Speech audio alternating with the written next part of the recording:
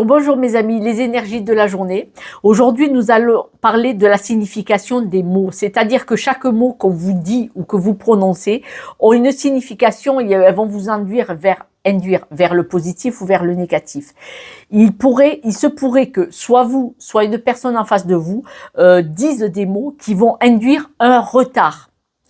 Parce que ça va vous imposer une croyance. C'est-à-dire que si vous allez faire quelque chose et qu'une personne vous dit « mais en fait, ça va pas, tu vas pas faire ça parce que », ils vont vous faire peur et vous allez rester sur cette croyance de peur, par exemple. D'accord? Donc, il y a des mots. Soit c'est vous qui allez utiliser ces mots et provoquer un retard envers vous ou envers quelqu'un parce que vous allez induire une croyance, mais c'est quand même une forme de manipulation. Cette manipulation, elle peut être dans la séduction, c'est-à-dire que la personne peut très bien vous dire « Ah mais moi je dis ça, mais c'est pour te protéger, hein, c'est parce que je t'aime, c'est parce que », et là, voilà.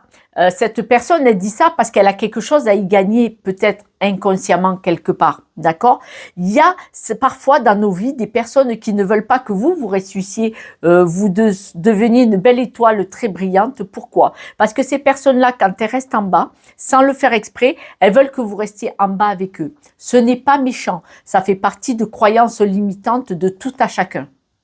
C'est la loi de l'univers, c'est la loi de l'être humain. C'est comme ça que ça fonctionne. Ces personnes-là ne se posent pas les bonnes questions. D'ailleurs, ces personnes qui induisent un retard chez vous ou qui ont peut-être une certaine manipulation envers vous-même, à moins que ce ne soit vous qui soyez carrément là-dedans, ce qui est possible aussi, il faut que vous regardiez qu'est-ce qu'elles ont fait. Est-ce qu'elles ont ce que vous voulez obtenir ?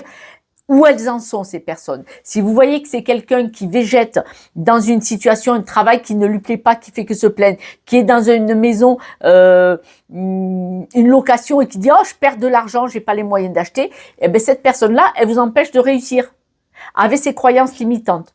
C'est un exemple, d'accord? Et là, on vous dit, vous devez absolument aller sur votre ressenti à vous. Le yaka faut que du voisin ou du cousin. Et vous devez vraiment aller sur votre ressenti parce que eux, ce sont leurs blessures, leurs blocages, leurs barrières limitantes, leurs croyances limitantes. Tandis que si vous allez sur vos ressentis, vous allez aller vers l'évolution. Et d'ailleurs, ce qui va se passer aujourd'hui, c'est que vous aurez probablement des nouvelles.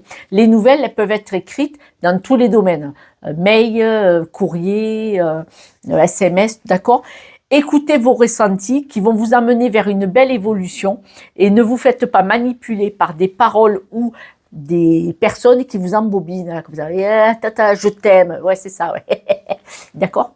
Hein? Votre ressenti. Ok. Quelques breloques pour la route, s'il vous plaît. Bon, j'en ai que 2. Eh bien, ça sera 2. La Tour Eiffel, stabilisez-vous. Restez bien sur votre ancrage et regardez, je vous l'avais dit, belle étoile, vous allez briller. Oh, que je suis contente. Oh, que je suis contente quand j'ai pas tort. Je vous taquine. Mes amis, fiez-vous à votre ressenti. Les yakas, faut que les donneurs de leçons, vous savez, les cordonniers sont les plus mal chaussés. J'ai rien inventé. Ce que je vous dis, ce n'est qu'une piqûre de rappel. Je vous embrasse. Pensez à vous. Prenez soin de vous. Écoutez vos ressentis, bon sang. Ciao, ciao.